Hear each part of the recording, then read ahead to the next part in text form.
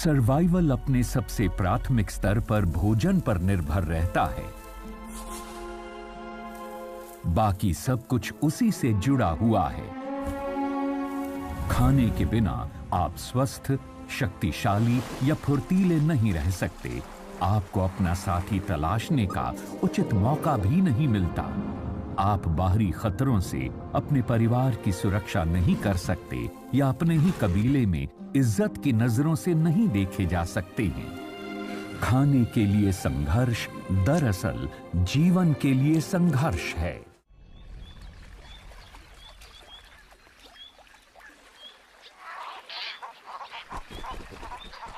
Danube delta में खाने के लिए होती खूंखार झड़प का एक दृश्य।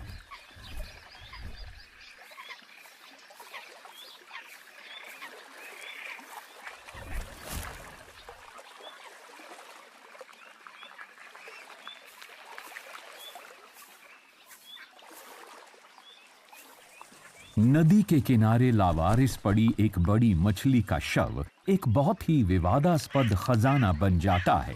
हालांकि पहली नजर में ऐसा नहीं लगता कि इस बात पर यह झगड़ा हो रहा है कि यह मछली किसकी है। ये हुडेड कौवों का झुंड अपने इस स्वादिष्ट मीट की खोज का आनंद ले रहा है। लेकिन सब कुछ बेमजा हो जाता है जब उन्हीं की तरह भूखा एक सियार हाजिर हो जाता है।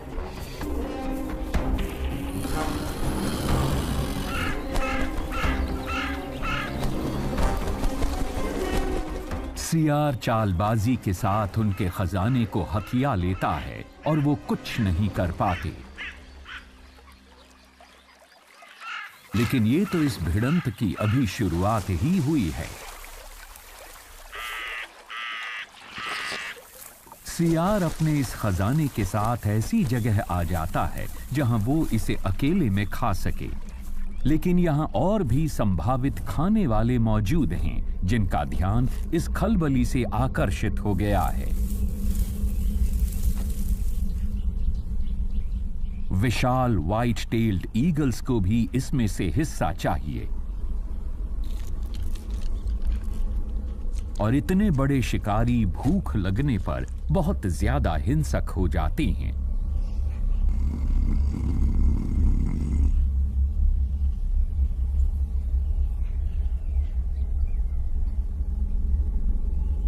सियार और चीलों में मछली के स्वादिष्ट मांस को लेकर भिड़ंत हो जाती है।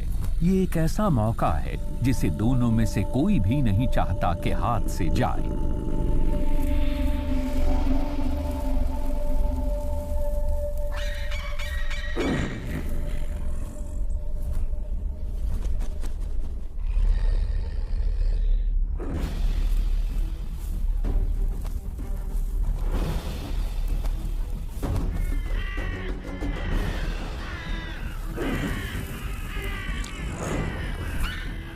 नुकीले दांत, चोंच और पंजों की ये एक तरह की तलवारबाजी है। ऐसा लगता है कि इन बड़ी चीलों का कब्जा हो गया, लेकिन सियार भी डर कर इतनी जल्दी हार मानने वाला नहीं। वो अपने लुटे हुए धन को वापस पाने के लिए लगातार झपट्टा मारता रहता है।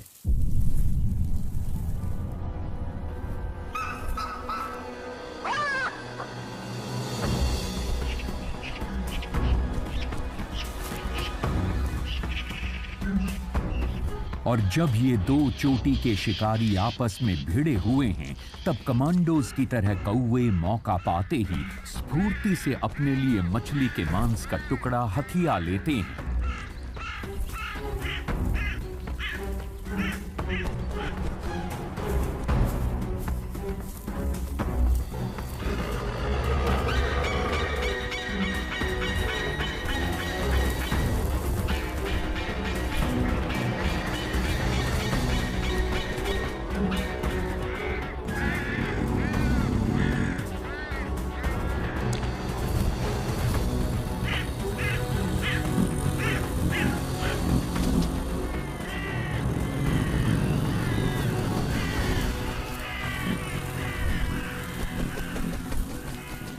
भोजन के लिए ये कभी न खत्म होने वाली लड़ाई है, जिसमें प्रत्येक लड़ने वाले के बल और दृढ़ता की परीक्षा होती है।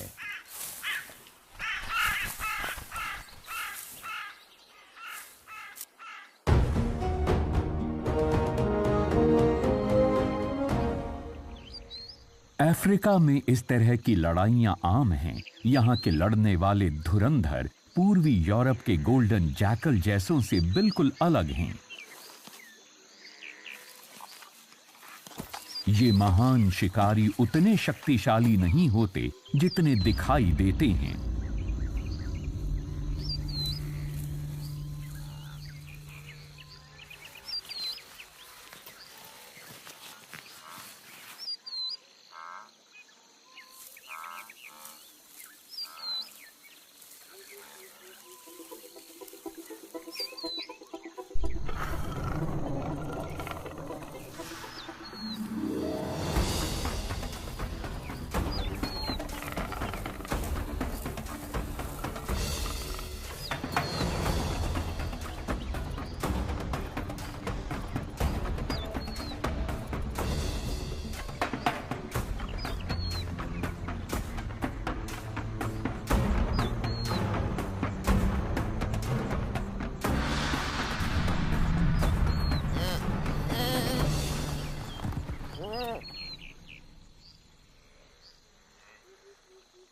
इतनी चकित कर देने वाली रफ्तार और फुर्ती के साथ शिकार करके चीता थक जाते हैं, पर उन्हें अपना शिकार मिल गया है। लेकिन ये थके मांदे एक पल भी आराम नहीं कर पाते। ये अच्छे धावक हैं, लड़ाकू योद्धा नहीं, इसलिए इन्हें जल्दी जल्दी खाना होगा। ये लड़ाई बराबर की नहीं। अक्सर शेर और लकड़बग्घे चीतों की मेहनत से कमाए हुए शिकार को चुरा लेते हैं। यहाँ तो एक अकेला चित्तीदार लकड़बग्घा तक इनके शिकार को चुराने में समर्थ है। चीते उसे रोकने की थोड़ी बहुत कोशिश करते हैं, लेकिन उन्हें इस तरह की भिड़ंत में हारने की आदत होती है। इसलिए वो अपना पेट भरने के लिए जितनी जल्दी हो सके उतनी जल्दी जल्दी खा लेते हैं, इससे पहले कि उनके शिकार को उनकी आंखों के सामने से ही लूट लिया जाए।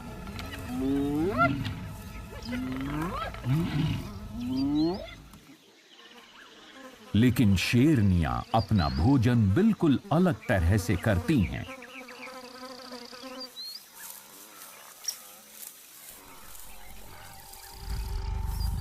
ये अपने बड़े समूह बनाकर अपना पूरा जोर लगाकर एक साथ शिकार करती हैं।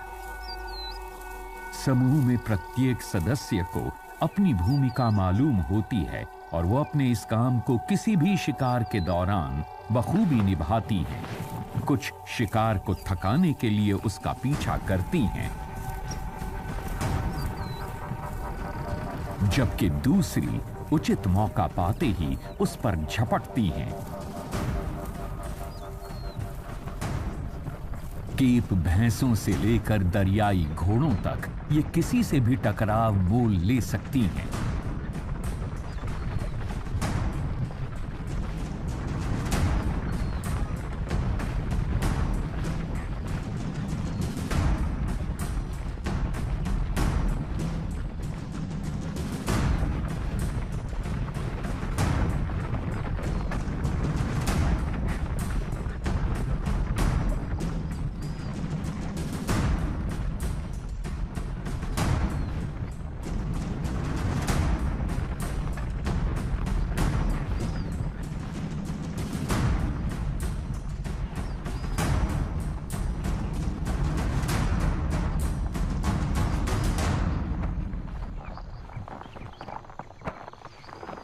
लेकिन जब शिकार मिल जाता है तब इन्हें एक और लड़ाई का सामना करना पड़ता है।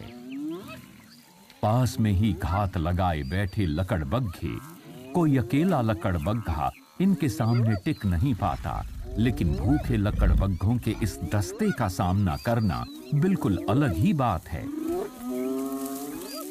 दुनिया में इनके आकार के जितने भी जानवर हैं, उनके मुकाबले में इनके जबड़े सबसे अधिक मजबूत होते हैं और उनके साथ जुड़ी होती है इनकी भयंकर उग्रता।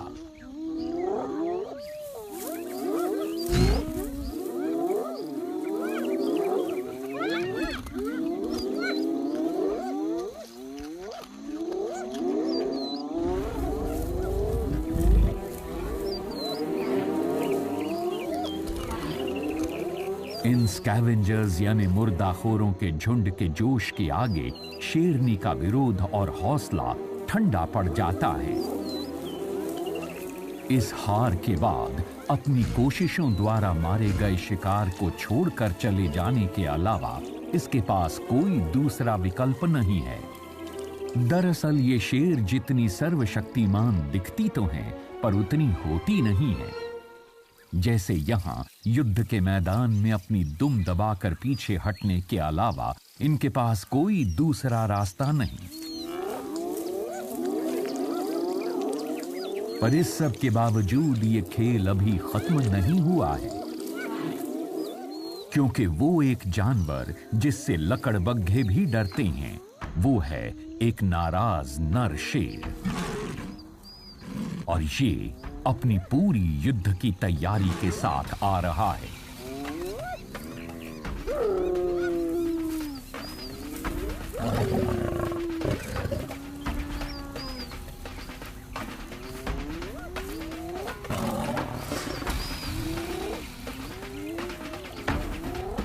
लकड़बग्घे खौफनाक होते हैं, लेकिन बेवकूफ नहीं।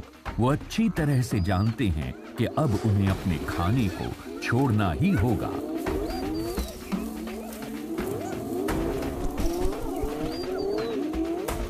शेर को इस टकराव में जीतने के लिए सिर्फ अपनी जोरदार दहाड़ की जरूरत होगी, और फिर बिना किसी भी तरह के भय के वो बहुत आसानी के साथ सफल हो जाता है।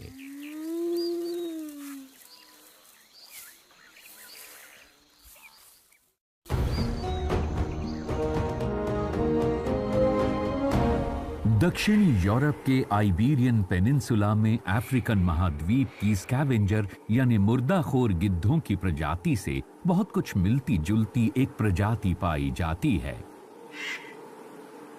ग्रिफिन और यूरेशियन काले गिद्ध बहुत लंबे समय से पर्यावरण में पाए जाने वाले उन तमाम सेनानुमा झुंडों के सक्षम प्राणियों की तरह हैं, जो केवल अच्छी तरह से संरक्षित जंगली इलाकों में सरवाइव करते हैं। गिद्ध हर जगह केवल झुंडों में रहते हैं। वो एक साथ खाने की खोज करते हैं, एक साथ खाते हैं और प्रजनन करते हैं। लेकिन इनके इस सामाजिक आचरण को दोस्ती मत समझिएगा। ये हमेशा लड़ने को तैयार रहते हैं, खास तौर पर जब खाने का समय होता है। गिद्धों की जंगलों, पहाड़ों और मैदानों पर एक खास भूमिका रहती है। ये यहाँ पर पड़े हुए मृत जानवरों के शवों को खाकर इनकी सफाई करते रहते हैं। जब भी कोई शव दिखाई देता है तो मुठभेड़ शुरू हो जाती है।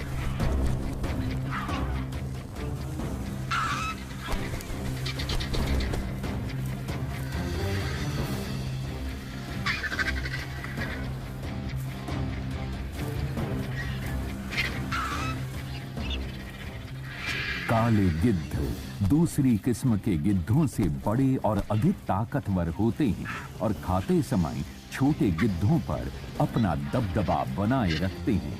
लेकिन खाने का बंटवारा होते समय माहौल दोस्ताना और खुशनुमा बिल्कुल नहीं होता है, बल्कि उसका उल्टा होता है। ये सर्वाइवल के संघर्ष का बुनियादी गुण है।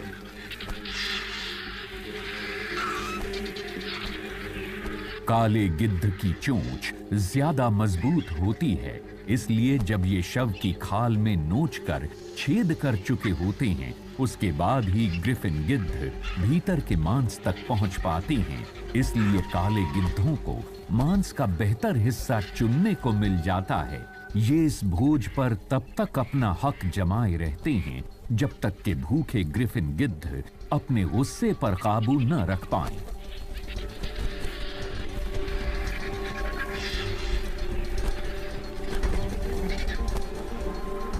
देखने में इस दावत में बहुत अफरा तफरी दिखाई देती है, लेकिन इनके भोजन करने में एक व्यवस्था है। जो सबसे अधिक भूखा है वही अपने खतरनाक पंजों और अपनी गर्दन को आगे बढ़ाता हुआ सबसे अधिक उग्र है।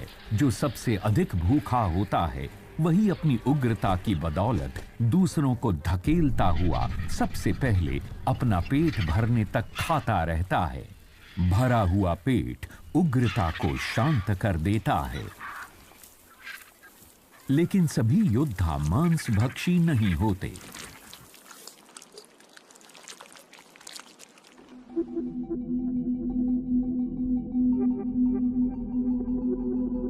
टेनरीफे, माउंट टेडे वो विशाल ज्वालामुखी पहाड़ है जो समुद्र की सतह से 3000 मीटर से भी ज्यादा ऊंचे हैं। कनेरी आइलैंड के इस पथरीले पहाड़ पर अभी भी डायनासोर्स घूमते हैं, या शायद उनके करीबी रिश्तेदार। विशाल छिपकलियां अपनी डरावनी शक्ल सूरत के साथ अपने क्षेत्र में गश्त करती रहती हैं।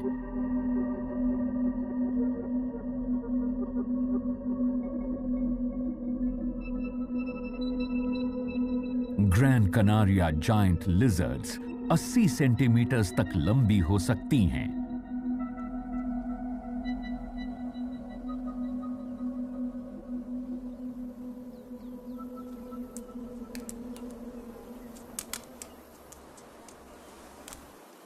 अपनी इस डरावनी और प्राचीन शक्ल सूरत के बावजूद ये अधिकतर शुद्ध शाकाहारी ही होती हैं।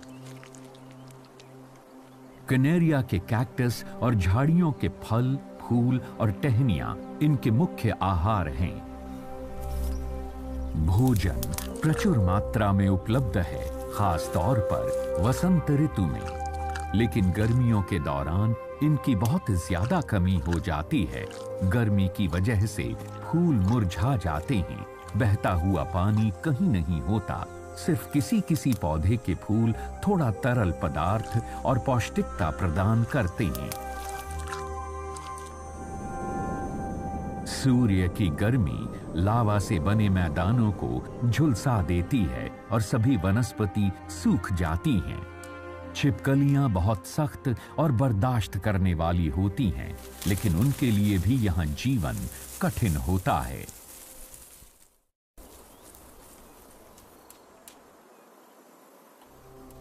जब राहें सख्त हों, तब सख्त राही और भी दृढ़ हो जाती हैं। ऐसे में जब साधनों की कमी हो जाती है, तब इनमें नमी देने वाले गूदेदार फलों के लिए लड़ाई शुरू हो जाती है। ये लड़ाई अधिकतर बराबरी की नहीं होती। बड़ी छिपकलियां छोटों से अधिक तेज और ताकतवर होती हैं।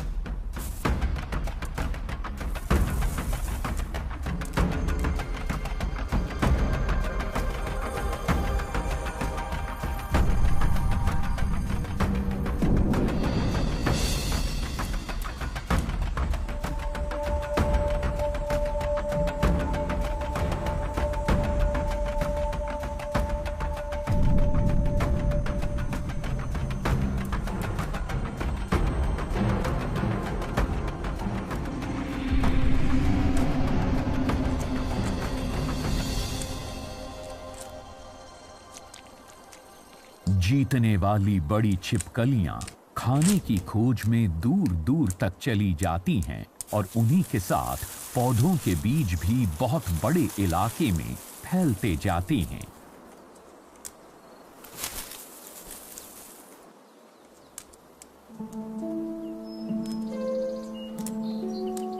खाने के लिए इस तरह के मुकाबले पशुओं की दुनिया में आम हैं, यहां तक कि बहुत छोटे जंतुओं के बीच भी।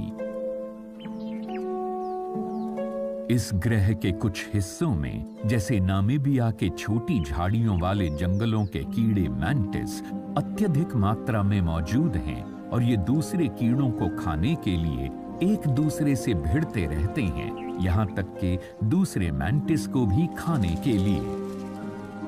मैंटिस बहुत कुशल शिकारी होती हैं और आकार में अपने से बड़े कीड़े का भी शिकार करने में सक्षम होती हैं। इनकी देखने की क्षमता अद्भुत होती है। इनके पंजे कांटेदार और नुकीले होते हैं, जिससे इन्हें शिकार को पकड़े रखने में मदद मिलती है और इनके जबड़े कड़े से कड़े आवरण वाले कीड़ों के कवच को तोड़ने में सक्षम होते हैं। मैंटिस बहुत से साइजेस में होते हैं और हर प्रजाति की शिकार की अपनी पसंद होती है। ये पसंद एक ही तरह की होने की वजह से इनमें शिकार को लेकर बहुत ज्यादा प्रतिस्पर्धा होती है, खास तौर पे अगर एक ही किस्म के दो मैंटिस एक ही शाख पर आमने सामने हो गए तो।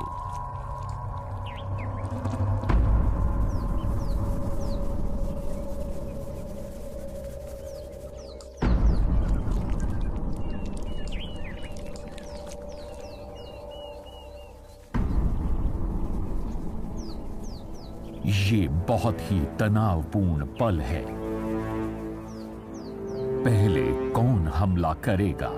क्या एक मैंटिस दूसरे मैंटिस को खा जाएगा?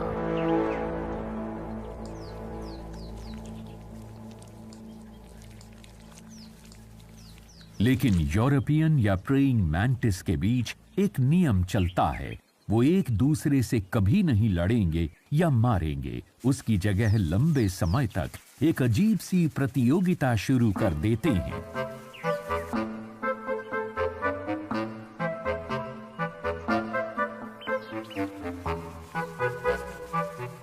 अपने आगे के खूनी पंजों के जरिए संकेतों द्वारा ये एक दूसरे से कुछ कहते हैं।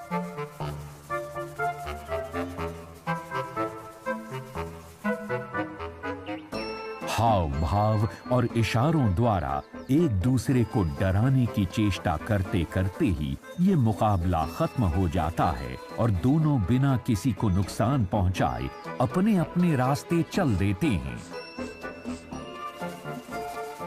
युद्ध भूमि का ये सांकेतिक समझौता बहुत देर तक चलता है। ये तमाशा देखने वाले शुरू में तो बहुत ध्यान से देखते हैं, लेकिन बाद में इनकी दिलचस्पी खत्म हो जाती है।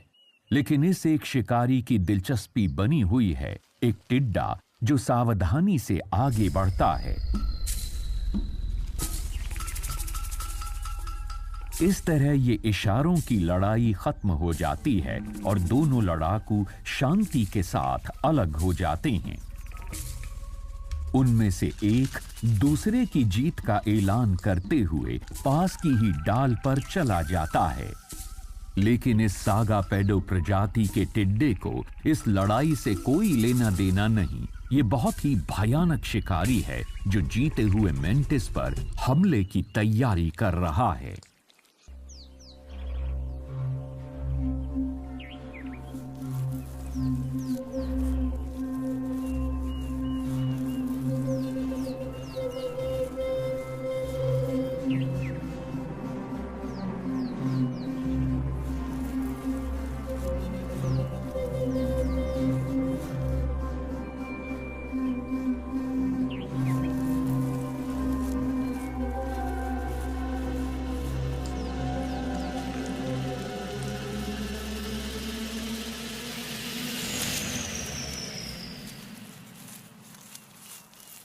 दोनों मेंटिस अपनी शांति वार्ता में इतने व्यस्त थे कि उनका ध्यान किसी तीसरे भूखे शिकारी की तरफ गया ही नहीं। सागा पेडो कोई भी मौका चूकता नहीं। एक मेंटिस को खा लेने के बाद दूसरा भी, जो इतनी तनावपूर्ण परिस्थितियों से निकला है, टिड्डे का शिकार हो जाता है। एक अजीब सी विडंबना है कि दोनों मेंटिस उस वक्त शिकार बन गए जब वो आपस में उस क्षेत्र के लिए लड़ रहे थे जहां उन्हें खाना मिलता था।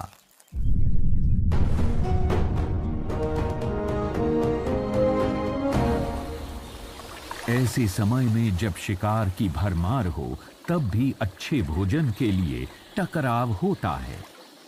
दूर दूर तक फैले हुए अलास्का में जब गर्मियां आती हैं, ग्रिजली भालू नदी के मुहाने पर आकर इकट्ठा हो जाते हैं।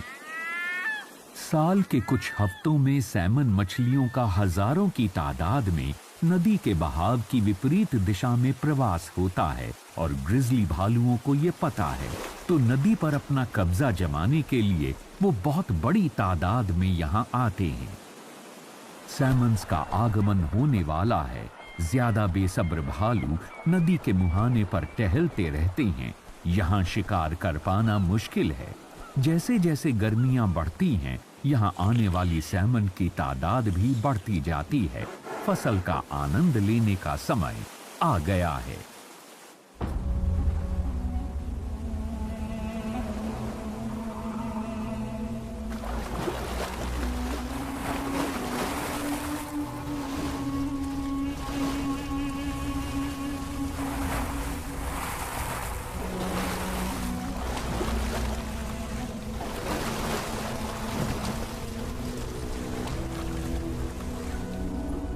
अधिक तजुर्बेकार भालू एक के बाद एक सैमन पकड़ते ही जाते हैं और उनके सबसे ज्यादा चर्बी वाले हिस्से को खाने लगते हैं।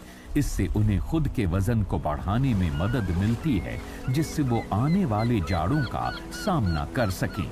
इस मछलियों की दावत का कुछ दूसरी प्रजातियां भी फायदा उठाती हैं। जो बचे खुचे मछली के टुकड़े नदी के किनारे जमा होते हैं, सीगल्स उनसे अपना गुजारा करती हैं। जब तक यहाँ सबके लिए भोजन की अधिकता है, तब तक तो सब कुछ शांत है, शायद।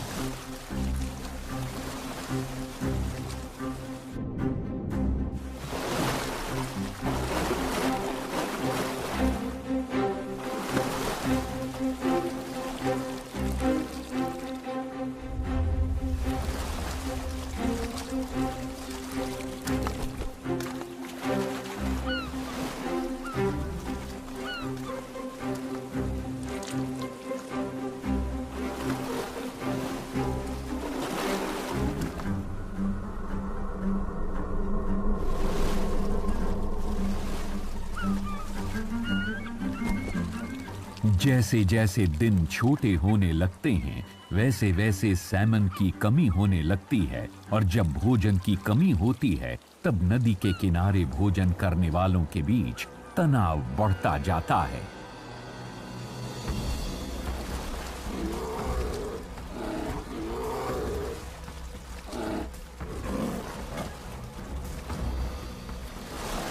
अब सिर्फ ताकत और बड़े डील डॉल वाले की ही जीत होगी। सबसे बड़े भालुओं का अब आमने सामने का टकराव है। ये एक खुला मुकाबला है, जिसमें भालू एक दूसरे को यहां से भगाना चाहते हैं। ये उनके सर्वाइवल का सवाल है। प्रत्येक को अपने शरीर के वजन को 2 गुना ज्यादा करना है, ताकि आने वाले शीतकाल का वो सामना कर सके। ऐसे में चर्बीदार सैमन ही इनका उद्धार करने वाली है। इस लड़ाई में किसी की मौत नहीं होती। ज्यादा शक्तिशाली और आक्रामक भालू अपना दबदबा दूसरे तरीकों से जाहिर करते हैं, और अब ठंड का मौसम आने वाला है, इसलिए कम ताकतवर और छोटे भालू अपनी हार स्वीकार कर लेते हैं, क्योंकि जाड़ा अपने साथ बहुत ही कठोर परिस्थितियां लेकर आता है।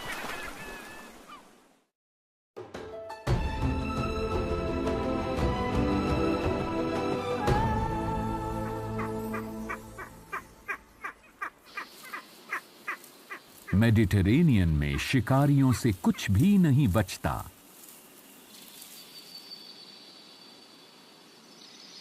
सियरा स्टेकासोला में स्पेनिश इंपीरियल चील शिकार की खोज में अपने दिन की शुरुआत करती है। वो आकाश में उड़ते हुए अपने क्षेत्र का मुआयना करती है। अपनी असाधारण देखने की क्षमता से वो जमीन पर जंगल के जानवरों को देखने में सक्षम है। मेडिटेरेनियन ओक के जंगलों के चोटी के शिकारी स्पेनिश इंपीरियल चील और आइबेरियन लिंक्स खरगोशों के शिकार में माहिर हैं।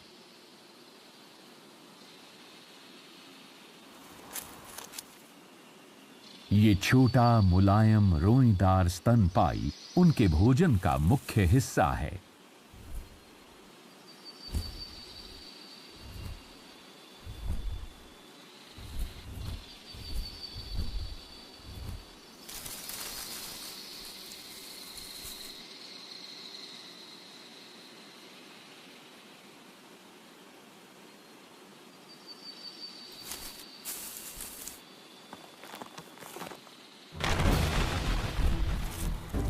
वैसे तो ये चील महान शिकारी होते हैं, लेकिन इस युवा चील ने अभी तक अपने तरीकों में कुशलता हासिल नहीं की है।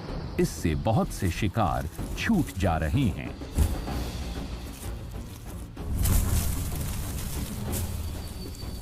खरगोश अक्सर अपने शिकारियों के पंजों, चोंच और जबड़ों को चकमा दे देते हैं, लेकिन देर सवेर शिकारी कामयाब हो ही जाते हैं। जहां ये भूखी युवा चील अपने शिकार को पकड़ने के लिए जूझ रही है,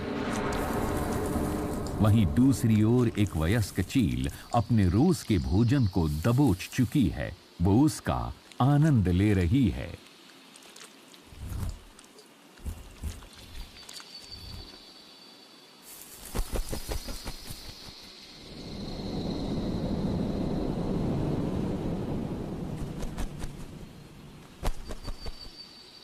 एक महान शिकारी होते हुए भी ये चील इत्मीनान से अपना भोजन नहीं खा पाती।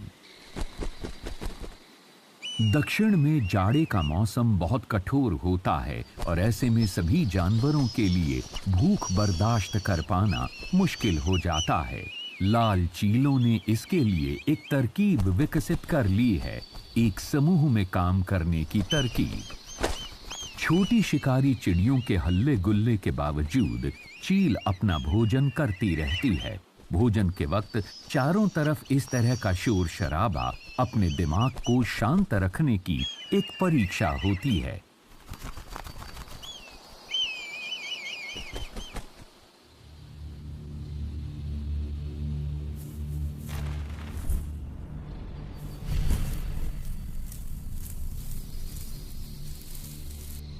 पास ही उस युवा चील को आखिरकार अपना इनाम मिल ही जाता है, लेकिन वो भी छोटी चीलों से बच नहीं सकती।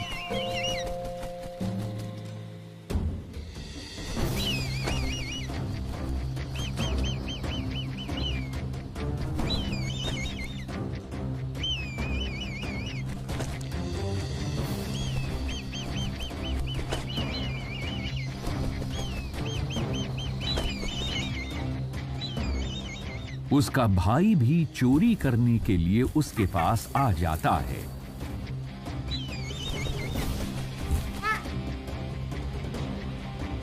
छोटी लाल चील बड़ी वाली को लगातार परेशान करती रहती हैं। बारी बारी से वो इस पर हमला करती रहती हैं और ये हमले एक लयबद्ध तरीके से होते रहते हैं। आखिर में वयस्क चील हार मान लेती है। ये भोजन इस लायक नहीं कि इसके लिए इतनी मुसीबत मोल ली जाए। वो अपने आधे खाए हुए खरगोश को छोड़ देती है। युवा और वयस्क इंपीरियल चीलों का ये जोड़ा लड़ाई छोड़कर चला जाता है। इस लड़ाई में इनकी हार हुई। एक दूसरी लड़ाई अभी शुरू होने वाली है। यहाँ चीलों की सहयोग की भावना अब खत्म हो चुकी है। इस दल को लुटे हुए धन को बराबर हिस्सों में बांटना है, लेकिन ये काम इतना आसान नहीं लगता। ये एक दूसरे के साथ वही व्यवहार करने लगते हैं जो इन्होंने बड़ी चील के साथ किया था। चीलों की लगातार चलने वाली लड़ाइयां थका देने वाली होती हैं, लेकिन अपने शरीर और आवाज से मुकाबला करते हुए, खरगोश के छोड़े हुए मांस का बंटवारा करते हुए ये शीतकाल बिता देती हैं।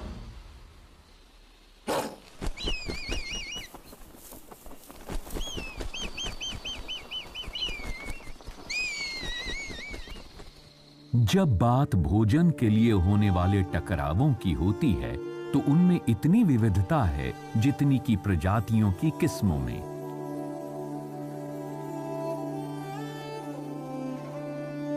सूखे निर्जन स्थानों पर सौंदर्य खोजने वालों के लिए एक जगह है एटाकामा का रेगिस्तान। चिलचिलाती धूप जमीन को झुलसा देती है और यहाँ पर खाने के लिए भी ऐसा कुछ नहीं है।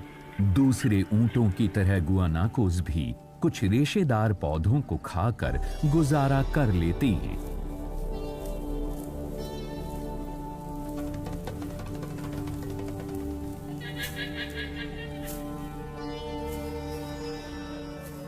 इस इलाके का सख्त मौसम जानवरों की बलि मांगता है।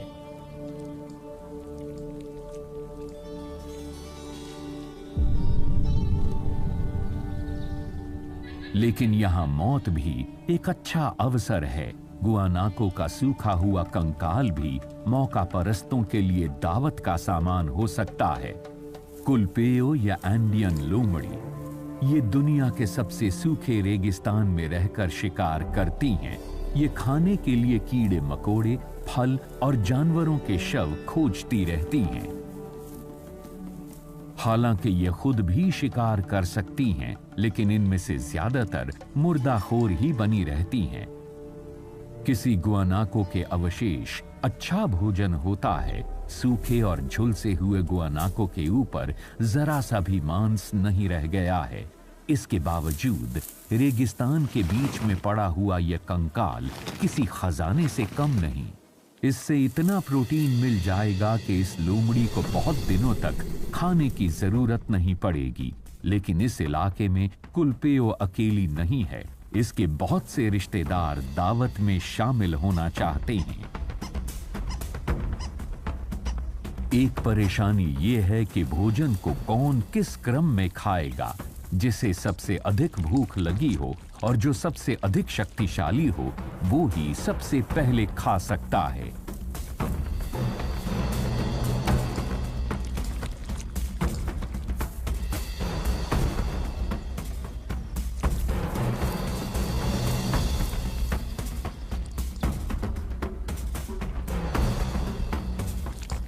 ये नियम कि जिसने पहले ढूंढा है वो ही पहले खाएगा को दर्शाता तो है, लेकिन उसके पास लोमड़ियों से इसकी सुरक्षा के अलावा कोई दूसरा रास्ता नहीं है।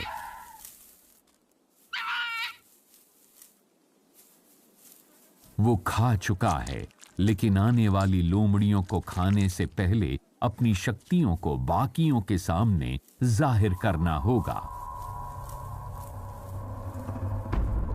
और ऐसे में अक्सर खतरनाक लड़ाइयां हो जाती हैं।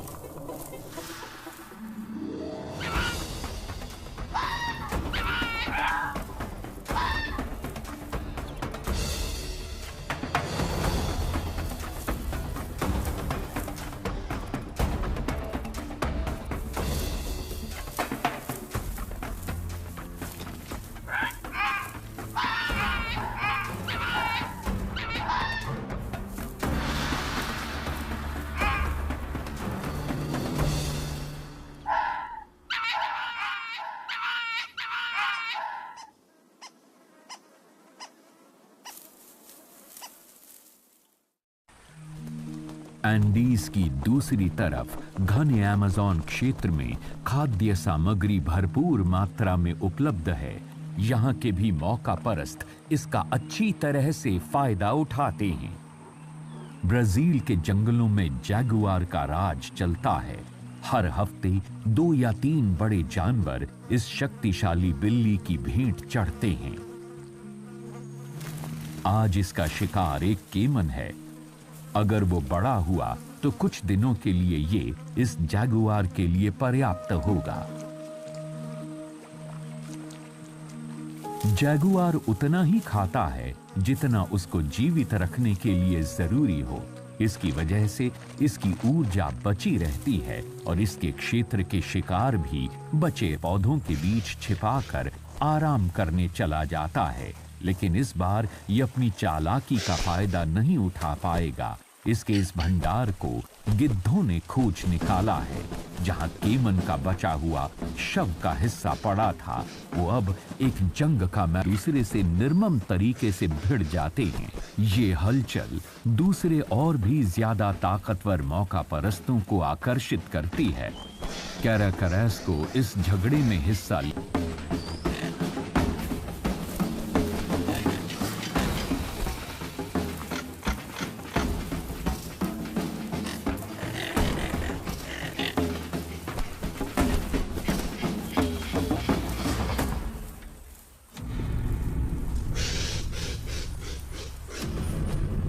हर निवाले गिद्ध के मुकाबले बेहतर हैं, लेकिन गिद्ध तादाद में ज्यादा हैं।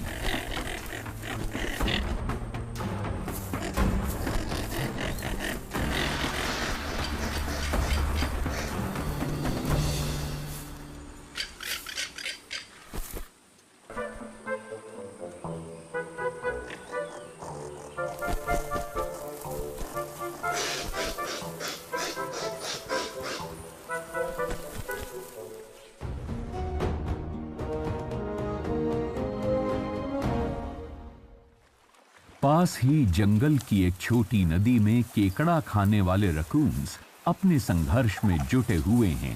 ये छोटे मांसाहारी दिखने में तो प्यारे से चंचल खिलाड़ी लग सकते हैं, लेकिन असल में ये चतुर और निडर हैं। ये एक साधारण से शिकार नदी के केकड़े को ढूंढने में कई दिन बिता देते हैं।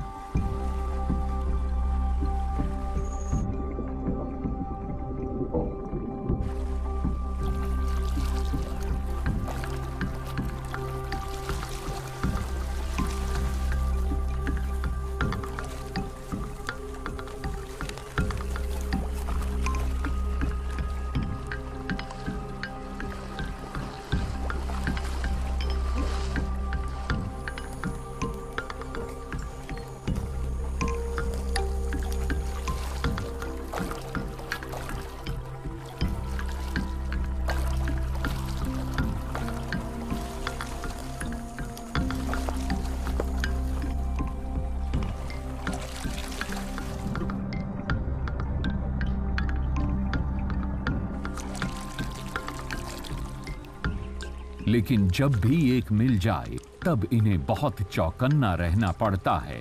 अगर केकड़े को सावधानी से न संभाला गया तो उसके कवच के पंजे बहुत बुरी तरह से घायल कर सकते हैं। रकून्स अपने हाथों के कौशल के लिए जाने जाते हैं। ये केकड़े को पत्थर से टकरा टकरा कर घायल कर देते हैं और बिना खुद को कोई नुकसान पहुंचाए स्वादिष्ट केकड़े का आनंद लेते हैं।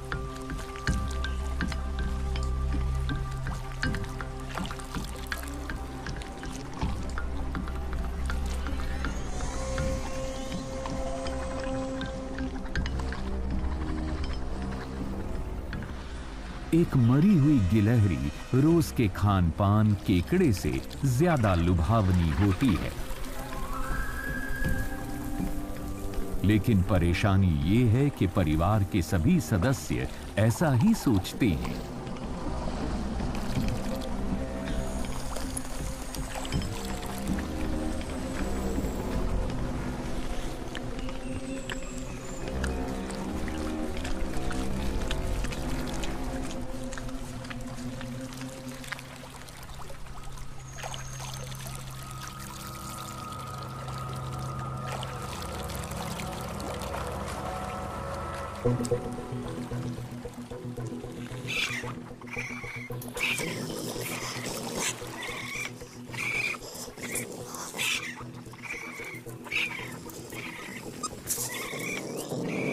मरी हुई गिलहरी ने एक युद्ध छिड़वा दिया जिसमें समझौता दूर दूर तक दिखाई नहीं देता। दिखने में तो ये बहुत प्रचंड लड़ाई है, लेकिन इसमें रक्तपात नहीं होता। गिलहरी के मांस को खाने के बाद जितनी ऊर्जा इन्हें मिलेगी, शायद उससे कहीं ज्यादा ऊर्जा ये इस लड़ाई में चरके होंगे। लेकिन एक बार लड़ाई जोर पकड़ ले, फिर दोनों में से कोई भी पीछे नहीं हटना चाहेगा। ऐसी प्रतिस्पर्धा बहुत खतरनाक हो सकती है। हर आने वाले दिन का मतलब होता है स्वयं और परिवार के भोजन के लिए संघर्ष, और ये चलता रहता है।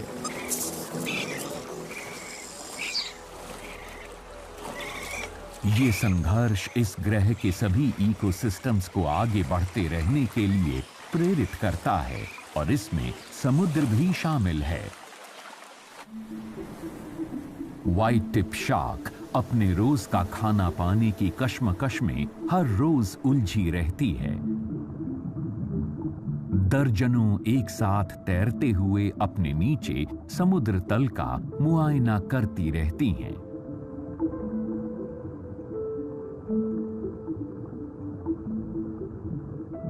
भेड़ियों के झुंड की तरह है। कोरल्स में गश्त लगाते हुए अगर किसी एक ने मछली पकड़ ली, उसके बाद सहयोग एक विवाद में बदल जाता है। इस तरह के क्रूर मुकाबले प्रतीक हैं उन अप्रिय तरीकों के जिनके जरिए भोजन और सर्वाइवल के लिए जंग होती है।